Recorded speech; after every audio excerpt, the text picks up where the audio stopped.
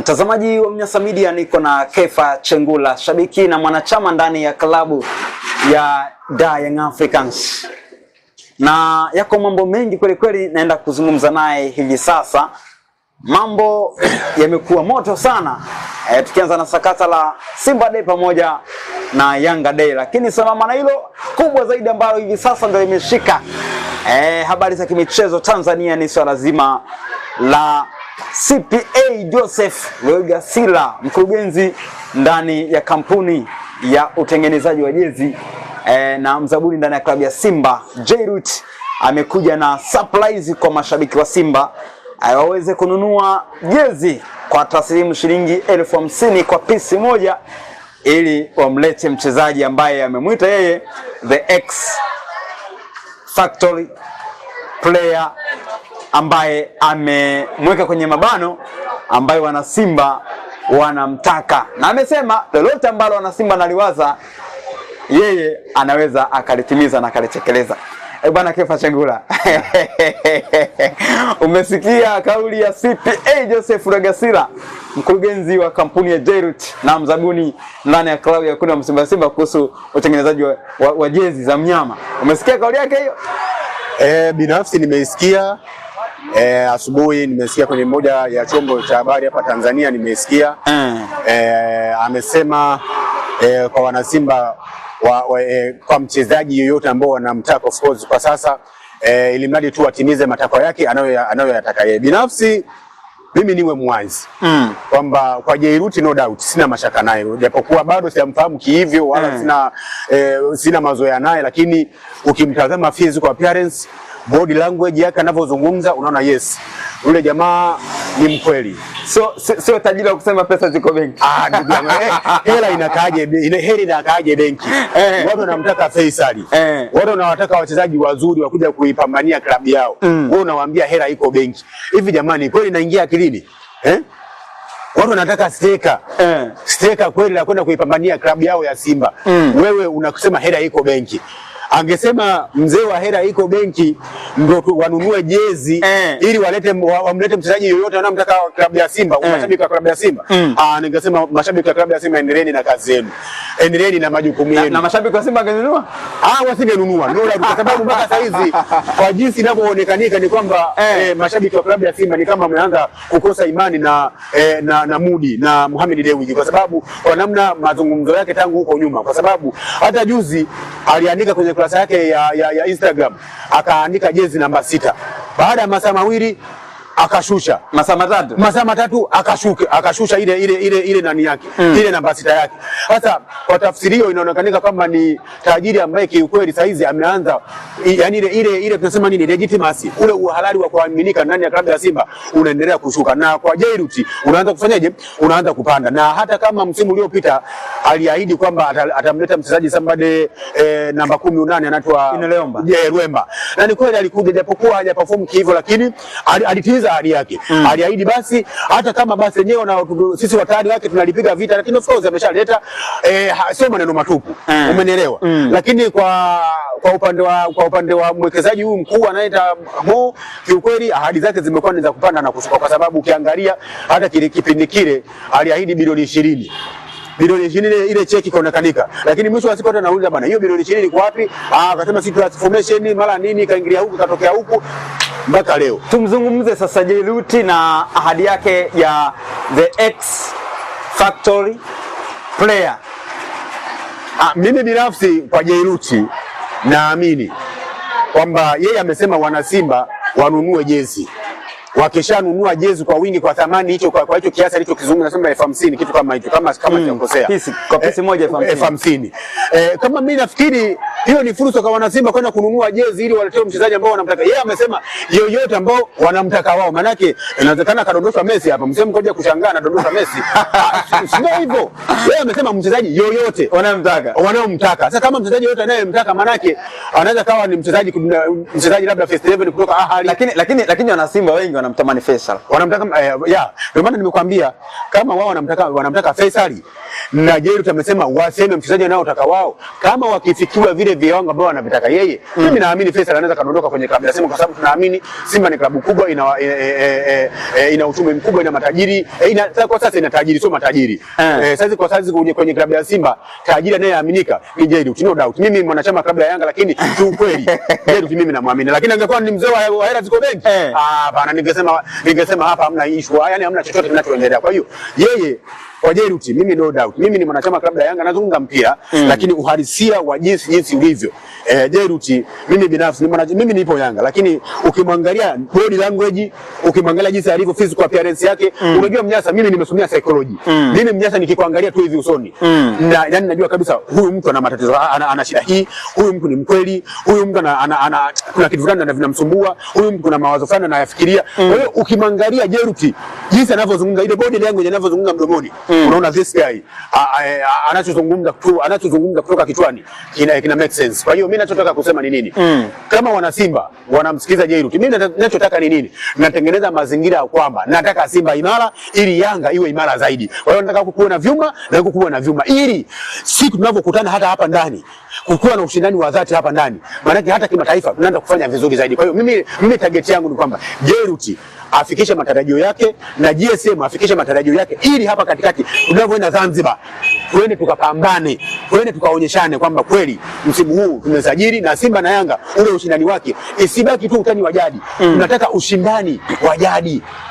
Bwana Faisal ana sifa hizi ambazo anatajwa kwamba ni mchezaji ambaye mwenye thamani hivi sasa kwa wachezaji wa ndani ambao wanapigwa upatu na vilabu vyote vile. Maana nimesikia hata Young Africans wanamtaka Faisal, Azam mwenyewe anataka kumbakisha, lakini Simba ndo nasema njaa sasa imefika juu. Mimi Mnyasa nilishazungumza muda mrefu.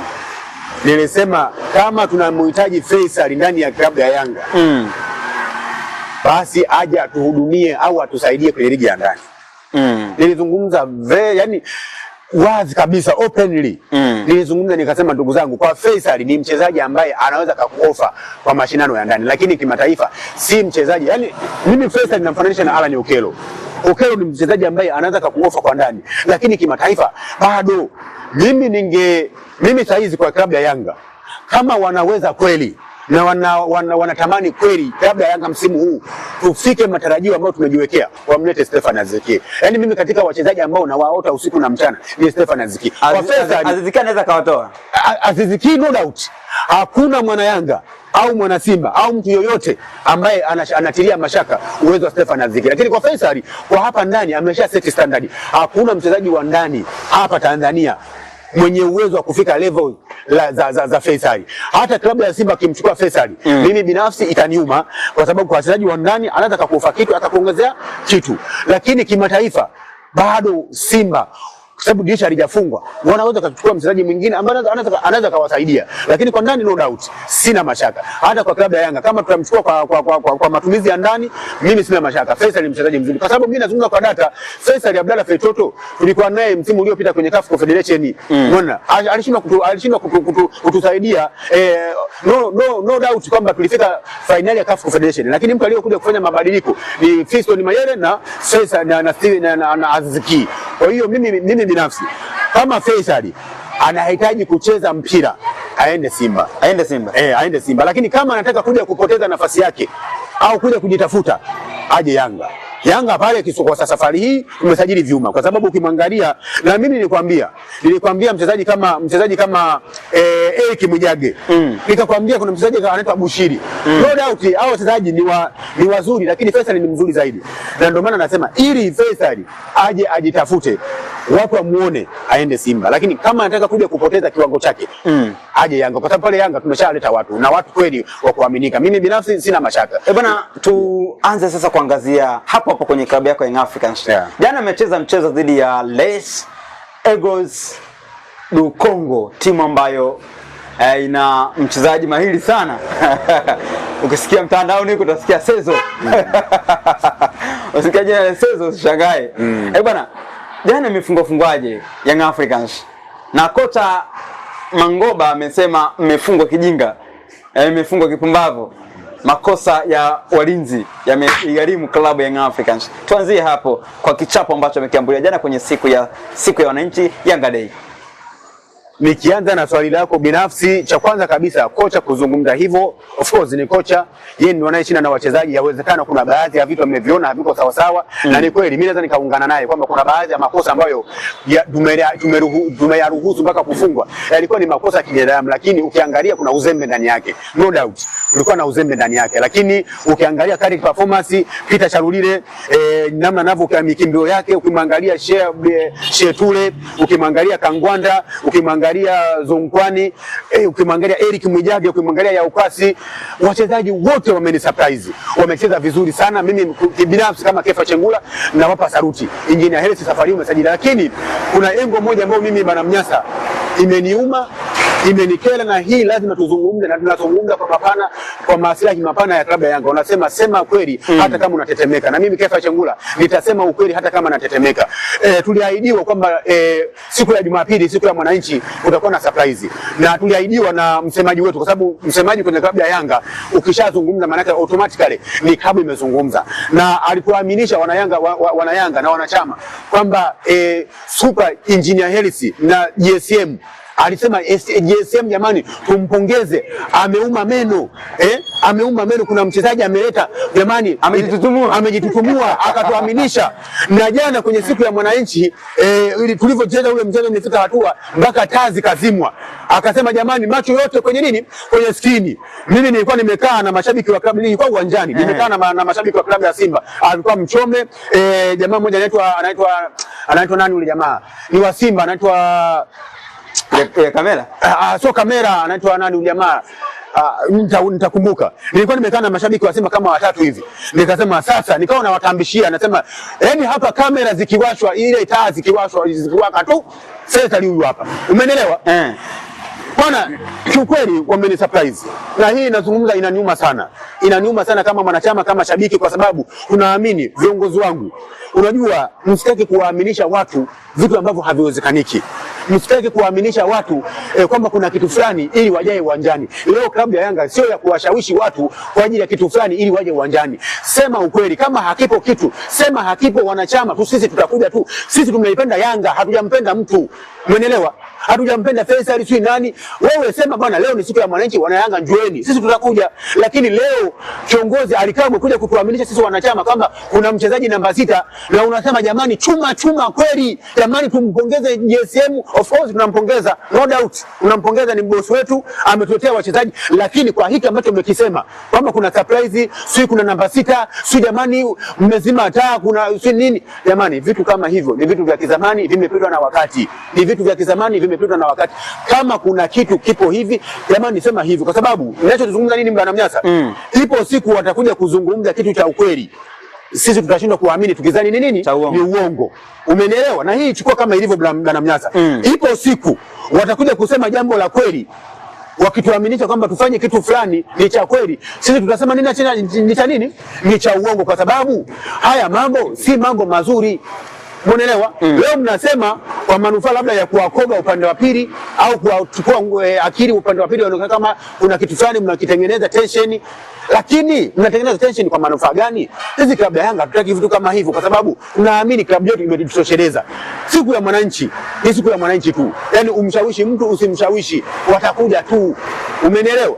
Watakuja tu. Wewe unachotaka kuzungumza ni kwamba ndugu zangu, viongozi wangu wa klabu ya Yanga, kwa wakati mwingine tuendelee tuache, yani hivi vitu tunavyoelekea tutakuwa kama Mudi. Sasa tunasema hela ziko benki, yani tutakuwa hatuchekani na Mudi, tutakuwa hatuchekani, walai wa birai, tutakuwa hatuchekani. Yeye anasema hela ziko benki, sisi tunasema kuna surprise, kazi na workshop, tunayaona tunamwona Elvis Rukia. Sasa hivi jamani, leo sisi ni surprise eti ni Elvis Rukia kufunga goli kwa Simba kwenye siku ya Simba Day, ndio surprise ile. Ndio surprise ile bwana Mnyasa, yani surprise na baadaye yakageuka. Ndio maana nakwambia vitu kama vile bwana Mnyasa vimepita na wakati. Leo wewe unasema kuna surprise ni Elvis Rukia anawafunga Simba goli kwenye Simba Day. Jamani, kweli watu wazima kwetu tumekaa tunaangalia kwenye skrini, tunamwangalia Elvis Rukia anafunga goli. Alafu kitu kingine ninachotaka kuzungumza ni nini bwana Mnyasa? Hii naizungumza kwa Simba na naizungumza kwa Yanga. Tunaposema Simba Day au Yanga Day, zile ni siku special kwa ajili ya nini? Ya wanayanga, ama siku special kwa ajili ya mashabiki wa klabu ya Simba. Hii inazungumza pande zote mbili. Tunapozungumzia hivyo ni kwamba kuna wale mashabiki ambao kwa mwaka wanakuja kwenye tamasha day mara moja. Umeelewa? Kuna watu wametoka Mwanza, wametoka wapi. Mimi nilichotaka kuongea ni kwamba kwa msimu ujao kama Yanga Day itafanyika aidha uwanja wa Uhuru ama Benjamin Mkapa, basi waangalia hata wale mashabiki wa chini. Unapoweka leo kiingilio 20,000 manake tayari umeshasema hiyo Yanga Day ni ya watu ambao wenye nacho. Si ndivyo Bwana Mnyasa? Nazungumza na shauri. Mimi ni mwanachama na shauri. Kwa wakati mwingine kama ule uwanja kwa sababu leo klabu ya Yanga na Simba shida sio fedha. Kwa Simba hela sio tatizo kwao. Kwa Yanga hela sio tatizo kwao. Umeelewa? Hawako pale kuja kutengeneza eti wote waje tengeneze mamilioni sio na nini. Kwa mfano kama pale tumetengeneza labda let's say haifiki labda milioni 700 au 600. Sasa milioni 600 700 kwa Yanga sio tatizo. Mimi nafikiri hizi Yanga Day wangekuwa wanazitumia kwa ajili ya wale mashabiki wa chini. Kwa mfano kuna mashabiki wanatoka labda huko Visemvule, wanatoka wapi? Umeelewa? Unapomwekea shilingi 20,000 kiingilio, maana yake unamnyima fursa ya kuja kuiona Yanga Day yake, ya kuja kuiona Simba Day yake. Umeelewa? Kiingilio labda ingekuwa kiingilio labda cha chini kabisa, weka shilingi 5,000 ili kila mwana Yanga au mwana Simba aingie kwenye nini? Aingie kwenye tamasha. Umeelewa? Kama watu watakata tiketi shilingi watu labda ni 30,000 au 40,000 watakata tiketi kwa ajili ya kuingia uwanja wa Uhuru. Waingie wale wengine, kuna nafasi pale, kuna screen zipo. Wataenda kuangalia kwenye screen. Umeona kuna wale waliojiunga na matangazo Azam. Hapo wataenda kuangalia Azam. Pale uwanjani kulikuwa na screen ilikuwa limeweka pale. Wataenda kuangalia kwenye ile screen. Lakini leo unavyoweka kiingilio shilingi 20,000, maana yake wale watu wa hali ya chini unawanyima fursa. Mle ndani wote walivyokaa, unakuta mtoto amekaa labda mtoto wa GSM, huyu mtoto wa Alex Ngai, huyu mtoto wa Engineer Hersi, huyu mtoto labda wa Kefa Chengula. Mataita wote tumekaa mle. Sasa ule shabiki wa chini wa kiwango cha chini ambaye anakuja kutaka kuiona Yanga Day yake, unamnyima fursa. Umeelewa? Ninachotaka kuzungumza ni hicho. Lakini kiukweli kwa viongozi wangu wa Yanga na waomba tuwe wa kweli, tuzungumze ukweli, sema ukweli hata kama unatetemeka. Na mimi Kefa Chengula nazungumza ukweli hata kama natetemeka. No doubt kitakachonikuta, lakini ninachozungumza ni ukweli kwamba viongozi wangu tuzungumze jambo ambalo halipo.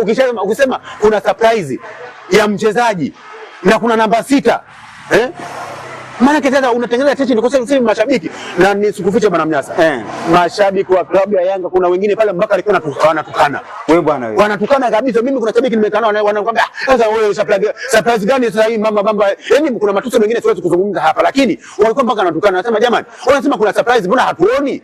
Mwisho wa siku wanakuja kutuonyesha Elvis Rupia anawafunga Simba. Mimi nikasema anyway, tukasubiri mpaka dakika ya mwisho. Unaona kabisa hakuna, yani vitu vinavyoonyesha ni vya kitoto, vimepita na wakati. Mimi binafsi niwaambie tumenyongonyeshwa. Yani ile surprise yao niwaambie ndugu yangu, tumenyongonyeshwa. Kwa wakati mwingine kama kuna surprise, kuna mchezaji amesajiliwa, iwe ni ya kweli jamani. Tusifanye mambo ya hela ziko benki. Mambo ya hela ziko benki tuwaachie wa hela ziko benki. Sisi hayo mambo tunakoelekea tutakuwa kama yule jamaa wa hela ziko benki. Tunakoelekea kama tusipobadilika, kwa sababu haya mambo tufike hatua tuzungumze kwa uwazi pasipo kuficha. Kwa hiyo mimi kama Kefa Chengula yangu ni hayo. Shukrani sana bwana. Nashukuru sana.